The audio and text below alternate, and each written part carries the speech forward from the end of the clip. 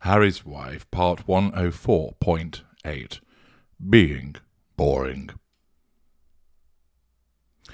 I came across a cache of old photos and invitations to teenage parties, dressed in white, one said with quotations from someone's wife, a famous writer in the 1920s. When you're young, you find inspiration in anyone who's ever gone, and opened up a closing door. She said, we were never feeling bored. 'Cause we were never being boring. We had too much time to find for ourselves, and we were never being boring. We dressed up and fought, then thought make amends, and we were never holding back or worried that time would come to an end. There will be those of you who recognise that as the opening lyrics to the Pet Shop Boys song, Being Boring, which was found on Behaviour and released back in 1990. Often lauded as quite a beautiful song. And, of course, it's often the case that when somebody complains about being bored, they're told that only boring people are bored. And the Pet Shop Boys explained that they, back then, when Neil Tennant was reminiscing on his life when he was younger, that they were never found to be boring. Unfortunately, we have to deal with the Duchess of Industrial Beige and the fact that she is completely and utterly dull. And as you'll have seen from the excellent thumbnail, which is a mock-up of the Pet Shop Boys cover, utilising Harry and Harry's wife, it's very much the case that this duo are boring. But where's the relevance in all of this other than the fact of me telling you something that you know? Well, the Mail Online, in an article by Rory Tingle and Jamie Phillips, explains, after you've seen the reality show and bought the book, what else can brand Harry and Harry's wife offer? Experts warn the Sussexes risk becoming boring. Becoming? I think they're already there, aren't they? And that's part of the problem of Harry's wife with her mid-range narcissism. Certain mid-rangers, particularly middle range A, to some extent middle mid-range B, and certainly upper mid-range, they exhibit charisma. Upper mid-range often have quite a lot of it, and can be quite exciting individuals. Even the middle mid-rangers, although they're more passive-aggressive, can be interesting, can be fun, can be likeable. As we know, there's always somebody that is a casualty in the world of the narcissist, but for the facade-wielding mid-rangers, they do have some charisma. Usually. Harry's wife doesn't. She operates a facade, and alongside with other factors, that's why she finds herself as a mid-range narcissist. But charisma is not one of her suits, if you'll excuse the pun. Ho-ho. Now, the difficulty that she has is nobody sees her as particularly interesting. Nobody sees her as particularly exciting. Nobody sees her as particularly fun to be around. Whereas Harry once was quite fun, but has now turned into a simp and is there, yanked around by his handler and has become a shadow of the man that he once was. With Harry's wife, she's always been dull.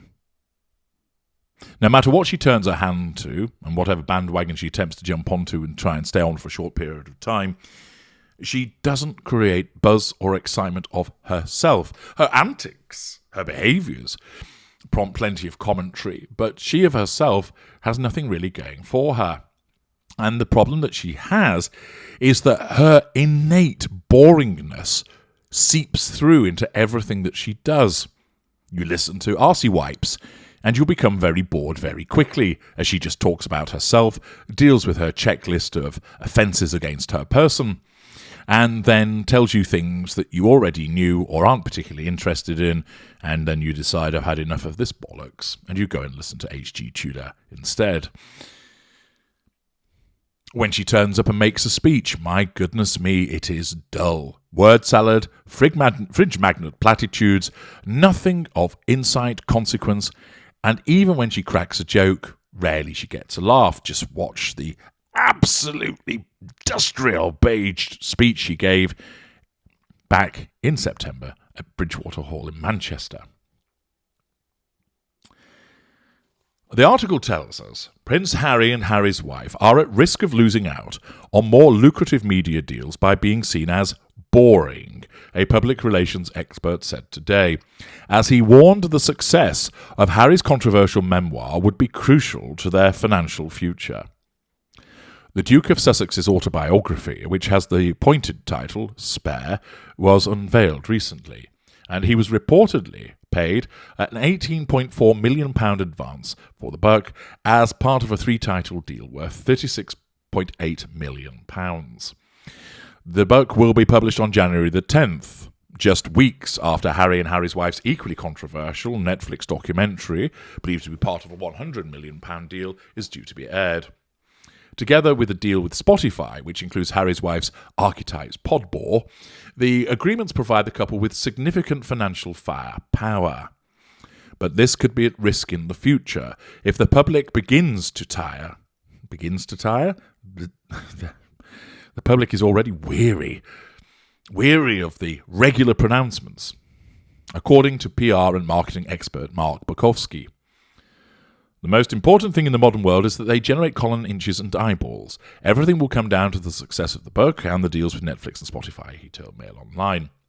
Well, of course, they attract lots of attention at the moment, but not because of them having any appreciable talent, but rather because people are interested in the latest clusterfuck that's occurring.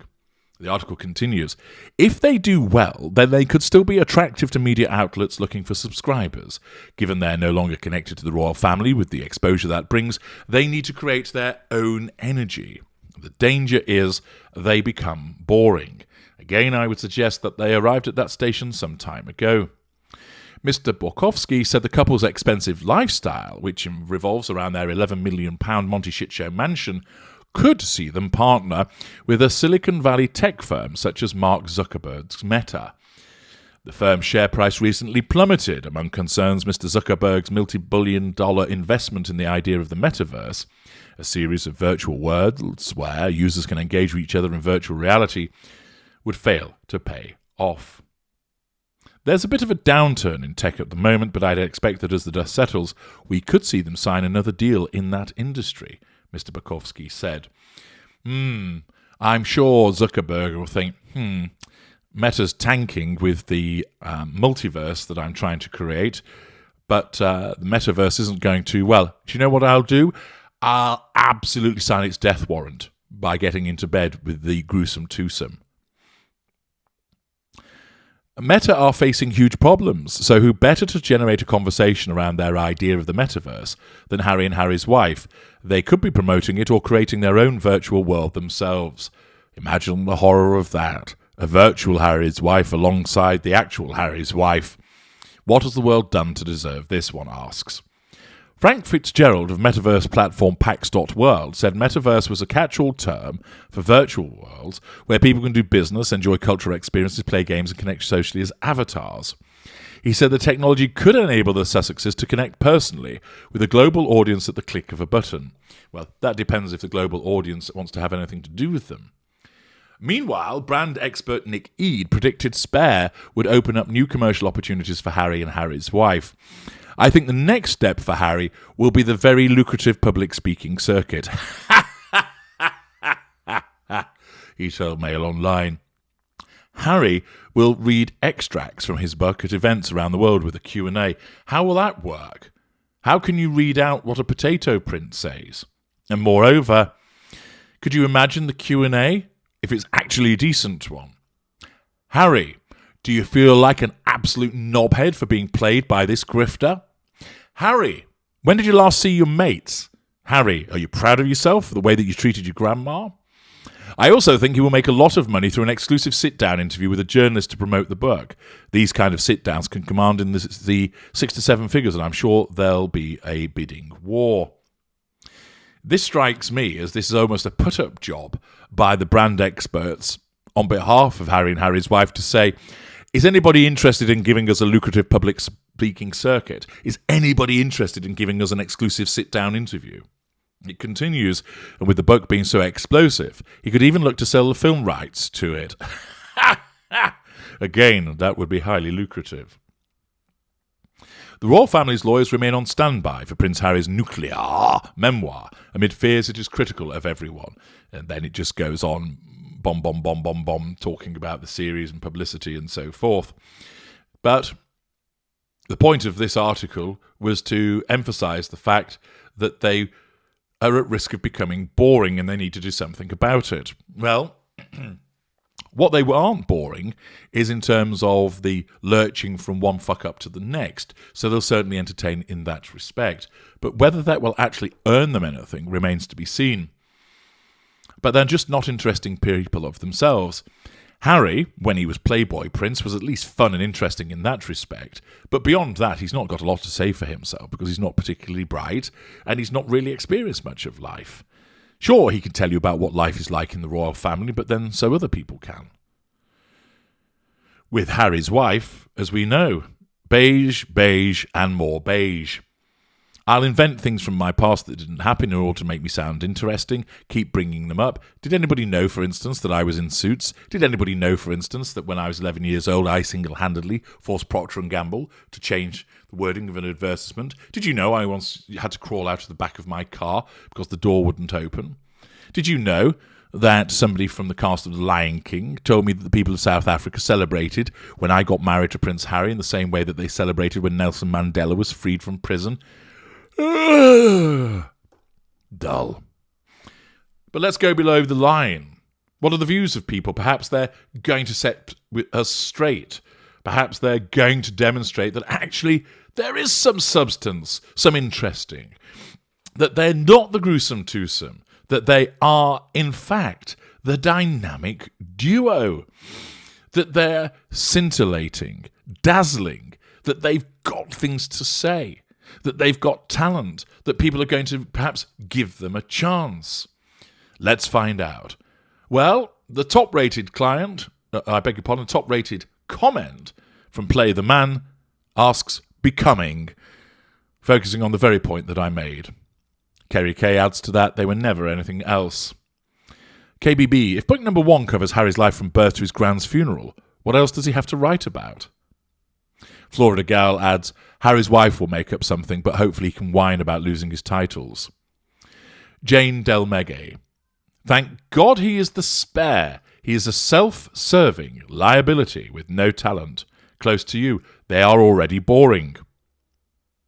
Smith, I can't believe that anyone takes any interest in Harry and Harry's wife anymore, as they no longer have any credibility whatsoever. This couple is so unpopular, it's unreal. Vero Beach, whatever H&M are selling, I'm not buying. The Mighty Pen, I'm afraid I missed the part where they were ever exciting. I remember their entitled period, their annoying period, and their current lacking self-awareness period, but not the exciting period. HD Cami, well, they can stop worrying now because they have become beyond boring. Spice Triple X, they are boring. Castle Rock, Harry's wife could make Harry transition to become Princess Harriet on a new reality show. She's probably already done some of the surgery.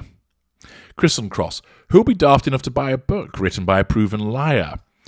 Be Kind Everyone 1978, I'm afraid they've been boring at best or repulsive for many for a very long time already. Avichka, the commentator above, beat me to it. Becoming, they have no future economic or social potential and they are already past their sell date. Shelley Knowles, newsflash, they're already boring. Nick, you mean they could become more boring than they are now? That is hard to imagine. Velki, does Harry's wife want to be a robbery victim? She does seem to live a life of victimhood, but to wear that ultra-expensive necklace in a public shopping place seems beyond poor sense. HRH, but could be at risk in the future if the public begins to tire of the regular pronouncements. Could be at risk. We've seen it all already. Enough. Meghan 7-8, too late. It has been boring for a couple of years. They sang the same song over and over again. Bee in your bonnet. Boring, boring, boring. God bless Her Majesty. How can they risk becoming boring when they are boring? Creative person. Risk becoming boring. They are boring. Sparkle Farkle. Becoming boring. These two are only read and watched now as a sort of sad and annoying tale that we all can't help looking at because they're so desperate and needy and are constantly trying new tricks that fall flat. It's more of a ghoulish interest than anything. They're essentially a couple of twits who overplayed a hand with a high card being self-promotion and the rest just self-pitying mediocre grift. The man from Zanussi. Risk becoming boring? I believe we're well past boring and are rapidly getting to very tiresome. True Texian. Become boring? That ship has already sailed. Stella Hen. They are boring. The only thing they have going for them is tattling on Harry's royal relations. And you can only embellish once, or is it 4 or 5, 6 times? They change the story every time they tell it. Florida Gal. They have always been boring. The Bride. Becoming. This couple is enormously boring right now. Flower Girl Z. We are way ahead. Become boring? ? Ejina Suk. They are boring. Jab 1962. Got news for you. They already are boring. I think we get the idea. They are boring. It's not a case of becoming boring. They already are. And that shows the lack of substance that Harry's wife has as a consequence of her brand of narcissism. What would this mean for her? Well, it means that she'll fight all the harder to remain relevant and, exhibiting no shame, is likely to continue in a race to the bottom, to grift her way to try and maintain that residual benefit of money by telling more and more elaborate fibs, selling her soul, even though she doesn't have one, to the highest bidder. Of course, the problem that she has is she doesn't actually have a plan. There is no strategy, but rather it's operating hand to mouth. And, typical of a mid-ranger who has got here but can't stay here, it's all starting to unravel. I'm H.G. Tudor. Thank you for listening.